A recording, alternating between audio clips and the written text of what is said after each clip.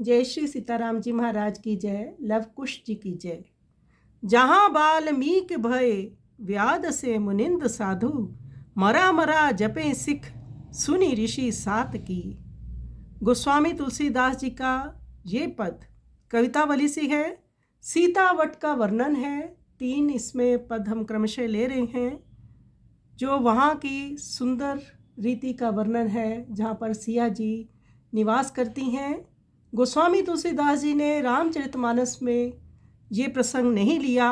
उन्होंने केवल इंगित किया है कि सभी भाइयों के यहाँ 2-2 पुत्र हुए, तो यहाँ पर कवितावली में इसका वर्णन है।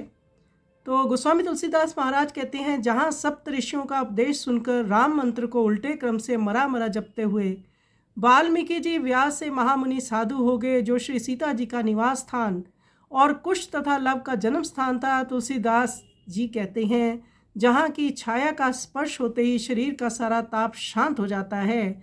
वे वृक्षराज सीतावट श्री गंगा जी के तट पर शोभायमान है। उसके दर्शन मात्र से पापी पुरुष भी पवित्र हो जाता है। ये स्थान वारीपुर और दिगपुर इन 2 गांवों के बीच में है और श्री जानकी जी के चरण कमलों से अंकित है। आगे फिर इस क्रम में 2 पद और हैं। आइए इस पद का हम श्रवण करें।